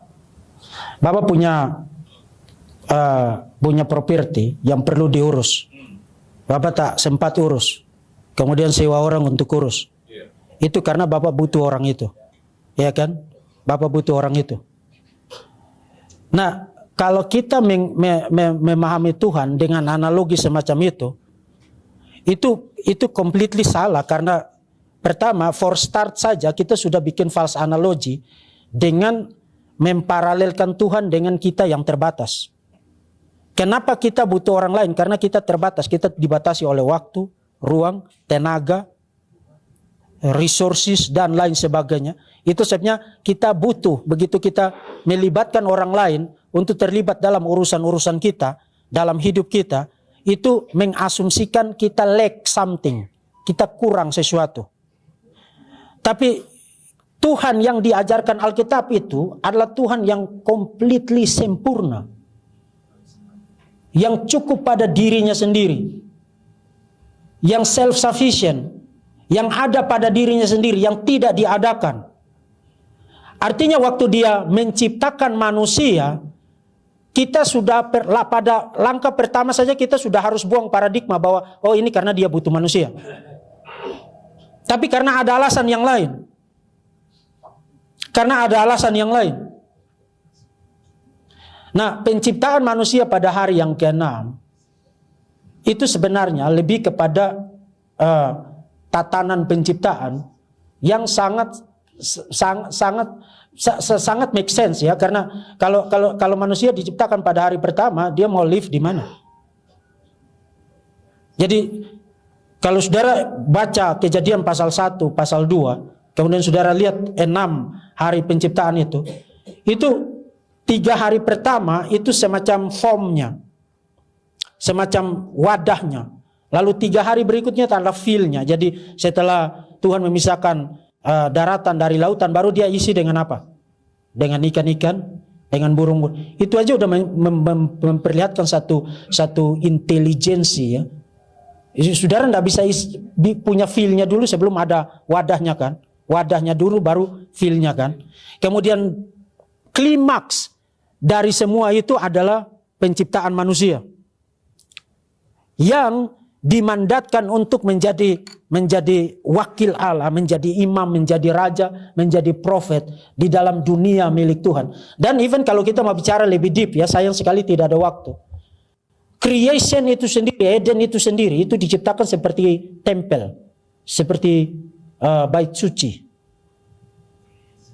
Tempat di mana Adam dan Hawa ditempatkan sebagai priest ya, sebagai imam yang menyembah Tuhan dan membawa seluruh creation ini sebagai penyembahan kepada Tuhan. Kalau saudara lihat susunan bait suci di Yerusalem, coba kalau ada waktu ya, saudara lihat fitur-fiturnya itu paralel dengan fitur-fitur di Eden. Jadi bait suci di Yerusalem adalah miniatur dari Eden. Dan lebih mengejutkan lagi, kalau saudara baca Kisah Rasul pasal 7, dalam khotbah Stefanus itu, Stefanus bilang apa? Waktu Musa naik ke atas Sinai itu, Tuhan memberi dia penglihatan ke surga untuk membangun tabernakel. Jadi tabernakel itu dibangun dengan pola heavenly tabernakel, heavenly temple. Memperlihatkan bahwa baik dunia spiritual yang tidak kelihatan maupun yang kelihatan itu dimaksudkan untuk membawa kemuliaan melalui penyembahan, pengabdian, ketaatan kepada Tuhan untuk kemuliaan Tuhan. Itu sebabnya saya kira apa yang dikatakan Calvin yang tadi saya kutip itu sesuatu yang sangat profound ya. Seluruh aspek dari kehidupan ini, seluruh alam semesta ini adalah teater untuk kemuliaan Tuhan. For His glory. Untuk kemuliaan. Jadi Tuhan pakai manusia itu bukan karena dia butuh kita atau dia kurang mulia. Bukan karena dia kurang mulia maka dia butuh kita muliakan dia. Itu yang tadi saya pakai analogi yang agak ekstrem ya. Seakan-akan Tuhan itu lonely dari hari Senin sampai Jumat, tunggu kita main musik pada hari Minggu supaya dia terhibur. No. Dan itu sebenarnya kita perlu belajar baik-baik firman Tuhan ya. Sayang sekali kita tidak usah perpanjang itu karena itu diskusi yang bisa membawa kita melenceng dari tema ini ya. Jawaban untuk pertanyaan tadi pertanyaan yang dari Bapak tadi sama Bapak yang ini sebenarnya sama ya. Apakah kita harus menguasai kriteria? Saudara-saudara, yang saya kasih tahu saudara adalah ajaran total dari kitab suci untuk kita melihat pelayanan kita. Nah, tapi di sisi lain kita juga harus ingat yang melayani adalah orang berdosa. Pelayanan kita juga adalah pelayanan yang berdosa dan dikerjakan juga adalah oleh orang-orang yang berdosa. Nah, waktu saya bilang begitu, apa yang ada di dalam benak saudara? Kelemahan, kekurangan. Tapi bukan berarti kita tidak perlu tahu yang idealnya dong. Supaya kita berkaca dari situ, bercermin dari situ. Sehingga apa yang kita bisa perbaiki, kita perbaiki. Apa yang kita bisa benahi, kita benahi. Oke, bagian ini kayaknya ini tidak sesuai dengan firman Tuhan. Ya, ini orientasinya kok bukan untuk menolong orang, bukan untuk membangun orang, tapi kok untuk self image ya. Oke. Berarti kita ada koreksi di situ kan? Kalau bicara harus, ya harus. Tapi apakah itu di dalam dunia ini akan, saya kira tidak lah. Kita juga tidak boleh terlalu optimistik. Sehingga begitu kita bicara begini, maka begitu ini tidak terlihat, maka ini pelayanan itu tidak ada gunanya. Tidak juga. Tapi kan kita perlu panduan, kita perlu peta, kita perlu arah, kita perlu patokan, kriteria, dasar untuk kita selalu mengevaluasi pelayanan kita, mengevaluasi apa yang kita lakukan dan yang kita kerjakan di dalam pelayanan. Ya, semuanya harus kita kuasai, semuanya harus kita jadikan sebagai kriteria. Even ini belum lengkap loh ini. Karena Alkitab itu kan isinya 66 kitab. Kita bisa duduk bertahun-tahun hanya untuk bahas itu kan. Tapi saya kira ini adalah kerangka besarnya. Kalau saudara menjalankan pelayanan saudara dengan berorientasi pada prinsip-prinsip fundamental ini, saya kira pelayanan saudara menyenangkan Tuhan. Relatively ya, kita tidak benar-benar bisa karena kita orang berdosa. Nanti di dalam surga, kalau kita sudah disempurnakan, mengalami definitive sanctification, pengudusan definitif pada waktu parusia, Yesus datang kedua kali atau pada waktu kita mati.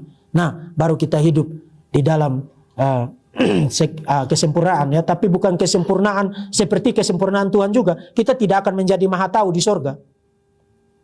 Karena maha tahu itu hanya punya Tuhan. Kita tidak menjadi maha kuasa di surga juga. Kita tidak menjadi maha hadir di surga juga. Nah, kita belum tahu persis bagaimana nanti. Tapi yang kita tahu adalah Alkitab menggunakan kata-kata negatif ya. Tidak ada lagi air mata, tidak ada lagi kesusahan, tidak ada lagi penderitaan, tidak ada lagi keluhan. Karena memang tidak ada kata positif yang secara total bisa merangkum kekayaan, keindahan, the beauty dari langit baru, bumi baru yang dijanjikan Tuhan bagi kita. Itu sebabnya dia pakai via negativa, dengan kata negatif. Kalau sekarang kamu menangis, nanti di sana tidak ada lagi tangisan. Kalau sekarang kamu mengalami sakit penyakit, tak sembuh-sembuh, udah berobat, tak sembuh, di sana tidak ada lagi sakit penyakit. Kalau sekarang kamu mengalami ketidakadilan, di sana tidak ada lagi ketidakadilan. Jadi via negativa. Jadi waktu saya bilang pelayanan yang trinitarian, itu berarti pelayanan yang bersifat trinitarian dalam arti didasarkan atas pengakuan akan Allah Tritunggal dan didrive oleh kesadaran bahwa pelayanan ini milik Allah Tritunggal dan berpusat pada Allah Tritunggal. Karya Bapa, karya Anak dan Roh Kudus di dalam satu kesatuan di dalam pelayanan. Jadi saya kira itu cukup ya. Oke, sayang sekali ya waktunya terbatas. Jadi mungkin ada satu hal yang mau dibahas lagi ya. Ya. 5 menit cukup Pak ya? Cukup. Oke, silakan. Kasih kesempatan, masih ada yang bertanya nggak? Paling kita hanya nunda makan siang aja kan. Masih ada yang bertanya nggak? Coba. Atau ini dulu deh. Ya. 1, 2 boleh? Gitu aja Pak. Sudah lapar belum? Dibahas dulu yang ini Pak. Oke, saya ini dulu ya. Gospel narrative life. Saudara, ini sangat penting. Kalau saudara berangkat dari spiritual performance life, saudara akan bilang begini pada diri saudara, oke, saya baik, saya nice, saya cukup etis, saya cukup cute, saya cukup punya resources, saya cukup punya dana untuk mengerjakan pekerjaan Tuhan ini. Kalau saudara berangkat dari paradigma itu, in the end, pada akhirnya, saudara akan menganggap rendah orang lain karena mereka tidak sama dengan saya. Mereka tidak cukup nice seperti saya. Mereka tidak cukup baik seperti saya. Mereka tidak cukup bermoral seperti saya. Mereka tidak cukup punya duit seperti saya. Tidak cukup punya power seperti saya. Itu spiritual performance life. Dan itu akan destroy saudara. Itu betul-betul poison, meracuni hidup saudara. Sebaliknya, kalau saudara berangkat dari gospel narrative life, apa itu gospel? Yesus mati untuk saya. Saya ini siapa? Saya orang berdosa. Saya hina. Saya tak layak. Saya layaknya masuk neraka. Yesus mati bagi saya. Jadi kalau saya hari ini dikasih kesempatan oleh Tuhan untuk jadi pendeta, jadi diaken, jadi penatua, jadi aser, jadi tukang nyiapin LCD dan lain sebagainya. Itu karena anugerah, bukan karena saya cukup baik, mempesona Tuhan. Tuhan terpesona lihat saya, kemudian saya cute di mata Tuhan. Lalu, kayaknya kamu menarik deh, saya pakai kamu aja. No, waktu kita berangkat dari gospel narrative life, kita tidak ada alasan untuk merendahkan orang lain, merendahkan pelayanan orang lain, seakan-akan pelayanan kita jauh lebih penting, jabatan kita itu membuat kita jauh lebih istimewa. Tidak ada. Karena apa? Faktanya I am a sinner, saved by grace alone. Faktanya lah saya orang berdosa, yang diselamatkan hanya karena anugerah Allah. Nah kalau saya orang berdosa, maka mungkin tetangga saya yang Hindu, hidupnya bisa lebih baik dari saya loh. Karena apa yang bikin saya lebih hebat dari dia? Nothing. Tetangga saya yang ateis, mungkin dia bisa good husband, lebih baik dari saya, better. Good father. Bisa provider yang jauh lebih excellent dari saya. Karena bukan itu lagi ukurannya, bukan karena dia atau saya siap, tapi anugerah Allah. Jadi apa yang saya dapat, apa yang saya alami, apa yang saya jabat, apa yang saya lakukan, itu karena anugerah. Saudara-saudara, kalau saudara lupa banyak hal dalam seminar ini, tolong jangan lupa ini. Saudara orang berdosa. Even napas yang saudara tarik di detik ini sekarang, kalau Tuhan tarik sekarang, kamu tidak bisa lakukan apa-apa. Dan kalau saudara berangkat dari situ, I am a sinner, saved by grace alone, justified by faith alone, in Christ alone, for the glory of Christ, for the glory of the triune God. You tidak ada alasan untuk merendahkan orang lain, pongah dan lain sebagainya. Itu gospel narrative life. Dan itu juga yang harus menjadi gospel narrative ministry. Berangkat dari anugerah Allah, kedaulatan Allah, kekuasaan Allah, kebesaran Allah, dan melihat kepada diri sendiri, ketidaklayakan, kecelakaan diri sendiri, kebangkrutan spiritual, kebangkrutan moral diri sendiri, melihat hanya kepada Kristus, hanya Kristus sendiri. Pada salib yang kasar itu, seluruh harapanku kutaruh, dan pada kakinya aku bertelut. Amin. Oke, sebenarnya waktunya sudah pukul 12:02 ya. Kalau dari Zoom nggak ada lagi ya, cuma satu ya. Oke, saya beri kesempatan lagi mungkin. Ya, boleh. Ada 1-2 orang di sini yang masih mau. Ada, silakan. Sebelah kiri saya. Ada. Oh ada, sebelah kanan. Ya. Iya, terima kasih Pendeta Jahit Aswaraki, mantan dosen. Mantan. Ya, mantan dosen. Sekarang udah nggak dosen lagi. Setia Pisangga dan Nomensen Medan.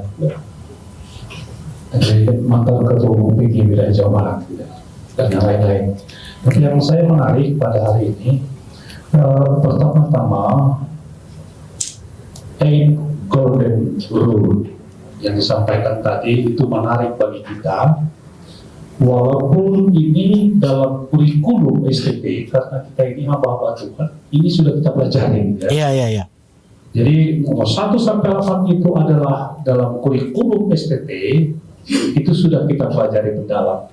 Yang dibutuhkan bagaimana refleksi tentang pandangan ini, pendapat ini, dogma ini diaplikasikan dalam kehidupan sehari-hari dalam mission care. Saya pikir itu ya. Dalam mission care yang saya ketahui, bagaimana kita melalui kata dan perbuatan kita menjadi berkat bagi orang lain. Ya.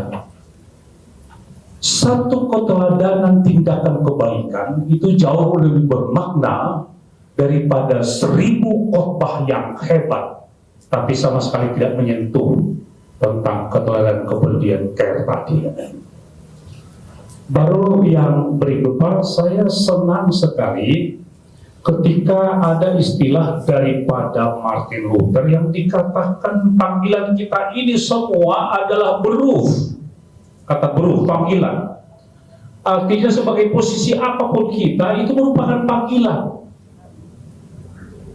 Kata kunci saya pikir kepada kita lebih banyak, karena saya mantan dosen, itu kesombongan hamba Tuhan itu yang tidak kita harapkan. Apa yang disombongkan? Kerendahan hati, keteladanan Yesus itu yang dilakukan. Ini belum apa-apa sudah sombong rohani. Tahu dia sedikit tentang firman Tuhan sudah kemana-mana dia lebih hebat dari yang lain. Saya pikir ada apa dengan kamu? Ya. Jadi ketika ada kesombongan, kecongkakan itu, sombong rohani itu, saya pikir itu merupakan tantangan dari mission care. Silakanlah, mari rendah hati, mari berbagi dengan yang lain dalam kata dan perbuatan. Jadi itu enak sekali, itu kata beruf, itu panggilan posisi apapun kita, apakah pedagang dan lain sebagainya. Saya menarik dari yang melibatkan, apakah kita bisa melayani di daerah apa namanya itu PSK gitu, pekerja seksual komersial. Saya pikir mereka juga adalah kita katakanlah yang butuh pelayanan. Hanya persoalannya adalah apakah kita bisa mewarnai di sana atau justru kita terpengaruh terbawa di sana. Kami kemarin di Penasihatar ada dosen kami, Profesor Paul Sorming, ya silakan. Bagi Anda mahasiswa tingkat terakhir yang imannya goyang, tidak usah ke sana. Ya. Karena godaan itu langsung terus hebat itu. Tapi bagaimana saudara mewarnai di sana, statement komitmenmu bisa bagus. Karena itu ada kemarin ketika kita berjumpa dengan itu ada satu orang, walaupun agama saudara kita, ketika saya dengarkan bunyi azan itu Bapak, saya menangis dan saya tidak senang di sini karena berbagai faktor, makanya saya ke sini. Saya ingin mau keluar katanya, tapi berbagai hal faktor dia datang ke sana. Saya pikir semua manusia itu kita harus layani, harus care kepada yang lain, karena dia juga butuh keselamatan. Kita lihat bagaimana perempuan Sundal itu kan. Ketika datang kepada Yesus, dilayani. Ya. Kalau hukum ya Yahudi adalah dia harus dilempar dengan batu sampai mati. Itu hukumnya. Yesus katakan gitu ya. Siapa yang berdosa silakan dia pergi. Karena mungkin dosa seksual tidak kuat, tapi tidakkah banyak dosa yang lain? Yang terakhir. Dalam misi saya berharap, marilah ini hamba-hamba Tuhan menyuarakan suara kebenaran dan keadilan Tuhan. Tidak untuk kepentingan pribadi dan lain sebagainya. Karena ini sama-sama kita pelayan yang melayani. Terima kasih Bapak. Ya, Horas. Ya, saya kira tidak ada yang perlu ditanggapi ya. Bukan pertanyaan. Ya. Pertanyaan satu, Apa itu? bagaimana refleksinya di dalam menerapkan yang 1 sampai 8 poin itu? Ya, kalau itu harus dijawab, kita bikin seminar baru lagi karena poin-poin itu saya harus kaitkan secara khusus dengan Mission Care ya. Saya kira teman-teman di Mission Care bisa menjadikan ini untuk sebagai panduan untuk bukan hanya merancang visi dan misi Mission Care ke depan, tapi juga evaluasinya. Segmen-segmen mana yang perlu di-adjust, perlu dibarui lagi, perlu di-update lagi dan seterusnya. Dan sedikit komentar saya saja tadi tentang pelayanan di tempat pelacuran ya. Ya, pada dasarnya prinsipnya ya, semua orang butuh berita Injil. Butuh berita Injil. Tapi wisdom itu diperlukan. Yesus waktu melayani perempuan Samaria itu di siang bolong dan di tempat terbuka. Saudara jangan pergi ke tempat pelacuran kemudian bilang ini saya pergi penginjilan, itu saya udah tahu kau mau pergi ngapain itu. Nggak usah jangan membawa diri ke dalam kecelakaan. Jangan. Kan kalau misalnya ya, dan ini tidak berarti bahwa kita menganggap orang semacam itu jauh lebih hina daripada kita. No, tadi saya katakan gospel narrative life itu tidak ada alasan untuk saudara menganggap orang lain lebih rendah. Tidak ada. Kita semua itu sinners. Orang berdosa yang butuh diselamatkan by grace alone. Tapi orang-orang yang sedang jatuh dan terikat dengan hal, kita bisa gunakan pendekatan personal. Dan kalau itu perempuan, jangan kasih laki-laki.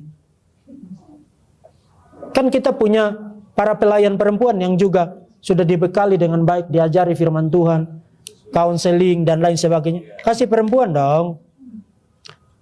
Dan misalnya kita belajar di STT tentang counseling. Kalau ibu-ibu datang counseling, jangan berdua sendiri di dalam ruangan dong. Apalagi kalau dia nangis. Jangan mendadak kita kasih tisu kemudian sini saya peluk kamu, selesailah kau lah. Kan itu ada aturan, ada kode etiknya. Kode etiknya sebagai hamba Tuhan. Ada hal-hal, bukan berarti salah benar ya. Tapi wisdom di dalam mendistribusikan pelayanan itu penting. Sehingga kita tidak bulat-bulat membawa diri kita mencari kecelakaan yang seharusnya tidak perlu. Ya.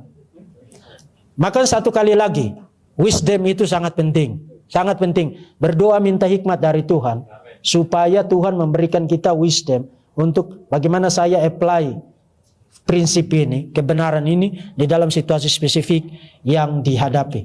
Oke, saya kira itu. Tuhan memberkati. Terima kasih Pak Eforus ya. Belum. Pak mantan dosen. Ya, saya masih dosen Pak. Belum jadi mantan. Terima kasih. Ya, itu Wasinan kayaknya mau bertanya ya sebentar. Mungkin mendukung yang tadi Pak. Ya. Apakah memang Mic-nya? Udah ini nanya. Kurang dekat. Apakah itu ada panggilan-panggilan khusus Pak untuk pelayanan-pelayanan seperti itu Pak? Karena tidak setiap orang memang dipanggil untuk pelayanan seperti itu. Tapi saya juga lihat ada juga yang memang orang punya talent untuk masuk dalam pelayanan itu Pak. Karena memang dia menggunakan jiwa. Kemudian seperti pelayanan orang-orang yang gila gitu Pak. Kan juga. Ya itu setuju. Itu absolutely setuju. Jadi, menurut saya memang untuk hal-hal yang tertentu mungkin itu memang dibutuhkan panggilan-panggilan khusus yang memang Tuhan panggil dia untuk masuk dalam ladang pelayanan seperti itu. Itu setuju.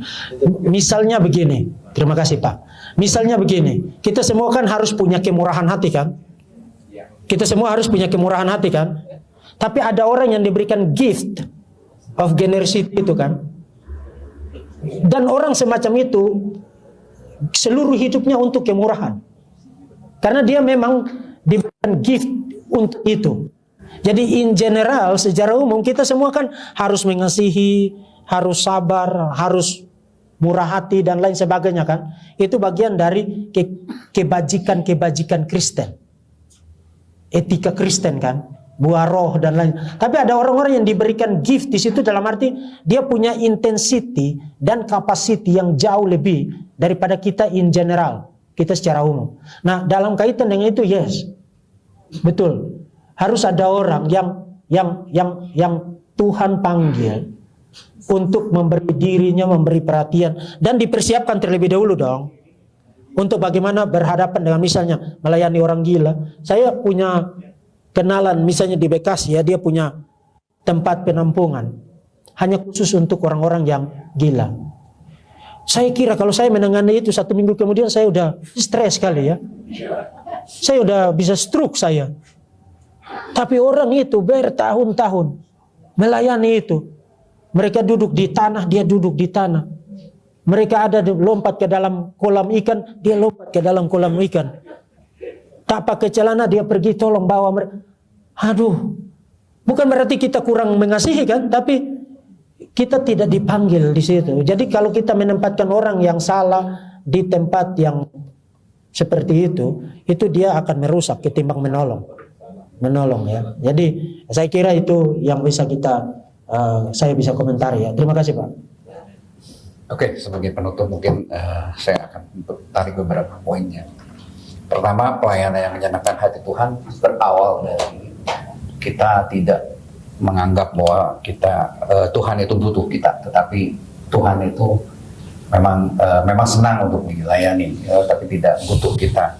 Dan kemudian dasarnya adalah harus Injil yang merupakan kabar baik yang harus diberitakan kemanapun, dimanapun, dan dalam bidang apapun. Ya, tidak dibedakan antara yang spiritual atau yang sekuler. Kemudian yang paling penting ada 8 ciri yang harus kita bisa lakukan ya untuk satu pelayanan yang menyenangkan hati Tuhan. Saya rasa cukup. Ya, terima kasih kembali saya ucapkan kepada Pak Deki ya yang sudah memaparkan begitu banyak ya buat kita.